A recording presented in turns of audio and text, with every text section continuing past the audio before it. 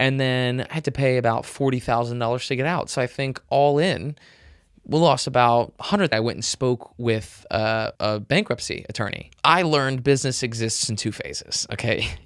And honestly, that's exactly what athlete development looks like too.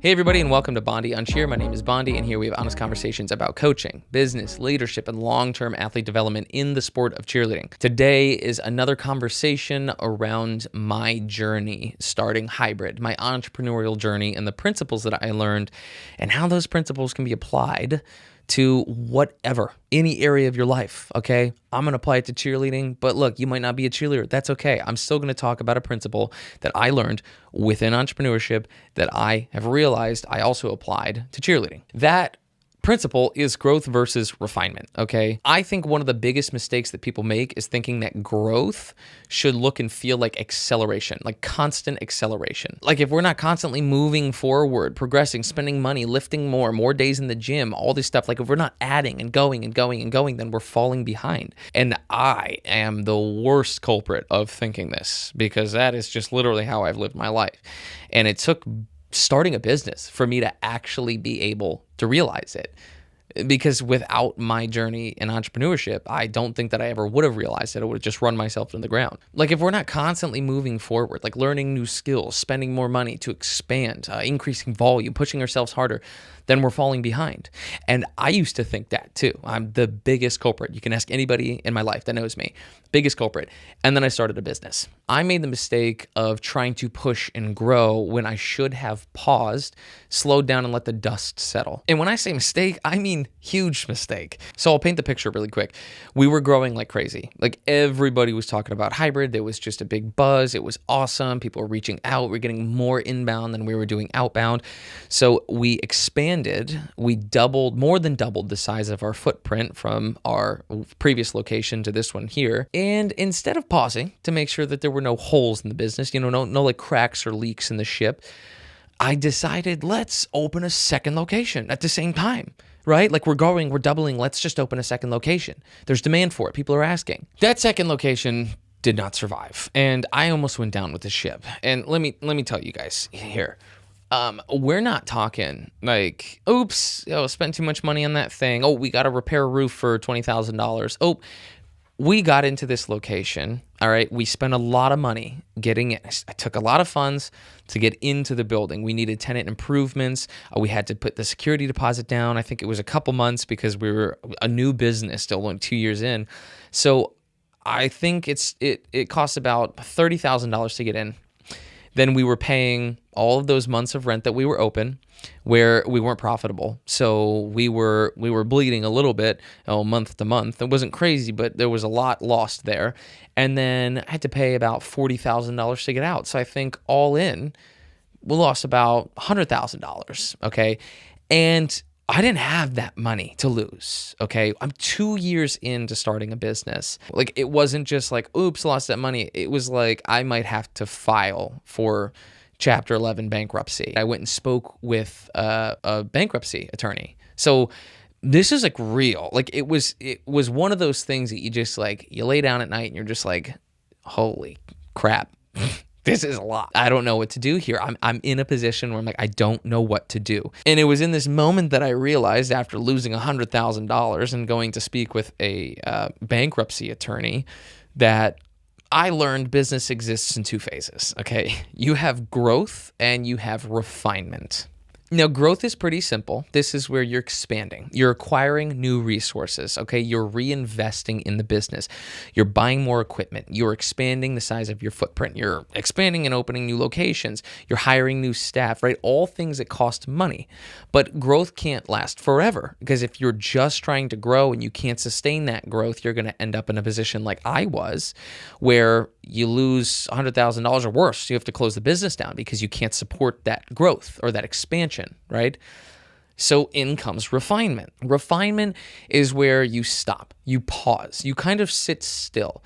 You let the returns start coming in from those resources, and it feels like you're not making any progress. Like you feel like you're stuck. You feel like I need to be pushing, I need to be growing, I need to be grinding. But if you don't pause to refine, you're going to have systems that are probably going to cave in on themselves. You're going to have little cracks in the ship, little leaks that are going to turn into huge problems. So you have to stop to be able to refine, clean up the systems, leverage the software the best you can, leverage the current staff you have, leverage the current facilities that you have and equipment, try to make the most out of them, okay? Refine your systems so that you can handle another period of growth. I think the best way to think about it's like an F1 race, all right? If you have an F1 car, if that car never stops, all right, at the pit to get a set of new tires, you might feel like you're constantly making ground and you're in first place and you're ahead of everybody. But the second you blow a tire, right, or all four tires, then you can't really come back from that. So even though you felt like you were in the lead and you were winning and you're doing great, if you don't take a second to change those tires, which is going to cause you to lose some time, lose some ground, then you're thinking in the short term and you're going to suffer the consequences down the road. And that's exactly what I did by opening that second location. I was in the F1 car that was showing signs that I needed new tires. And instead of doing that, I went ahead and put the pedal to the metal and tried to drive even faster. And I suffered the consequences. So too much growth and you slowly become fragile. You can't weather the inevitable storms that are going to happen. And on the flip side, too much refinement and you stagnate. You don't put yourself in a position to actually be able to grow or level up. And so you risk staying where you are, losing your novelty as a small business because you're not refining your systems. And some people are going to be sick of the way that things are happening. So you have to try to constantly be making things better in those periods of refinement, better customer service, better responsiveness, better coach training, all of that to be able to then support a period of growth. So business is simply learning when to push and when to pull. And honestly, that's exactly what athlete development looks like too. Athletes have growth phases and they have refinement phases. Sometimes you are refining your strength and conditioning while you're trying to grow your technical skills, your stunting and tumbling. And sometimes you're trying to refine the skills that you have with stunting and tumbling and you're trying to grow your strength and conditioning, right? You're trying to get stronger in the gym so that can support your growth in your sport-specific movements with the stunting and tumbling. So the important note to make is that the goal isn't to always be growing. The goal is to always be progressing. And there's a huge difference between the two, growth and progress. I think this is where the social media, like gurus and just social media hype, the Instagram athletes, the Instagram stunters, the Instagram tumblers have really done a disservice to the industry because it makes people feel like it needs to be all growth all the time. It makes us feel like every day needs to be exciting. Every session needs to be exciting. But most progress is honestly pretty boring. It's repetition. It's slowing down and fixing the little things. It's having the patience to know when refinement is falling behind. It's being able to pause and check for leaks, little cracks that could eventually turn into something bigger. And that's something that nobody can teach you. That's something that you have to learn how to feel because it's different for everybody. You have to learn when it's time to grow and when it's time to refine.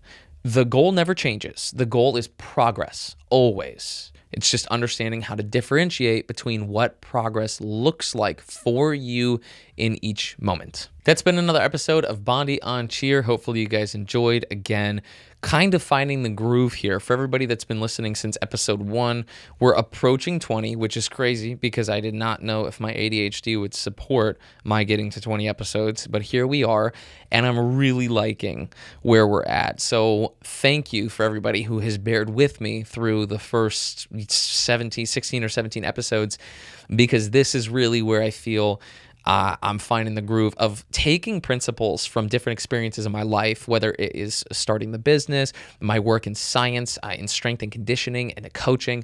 Maybe it's principles from cheer coaching that I learned. But the point is taking a principle in some facet that I've learned and applying that to cheer and explaining that principle and how it can be applied to everyday life, specifically cheerleading, is the direction of the podcast for sure. So you guys kind of got to see that happen in real time.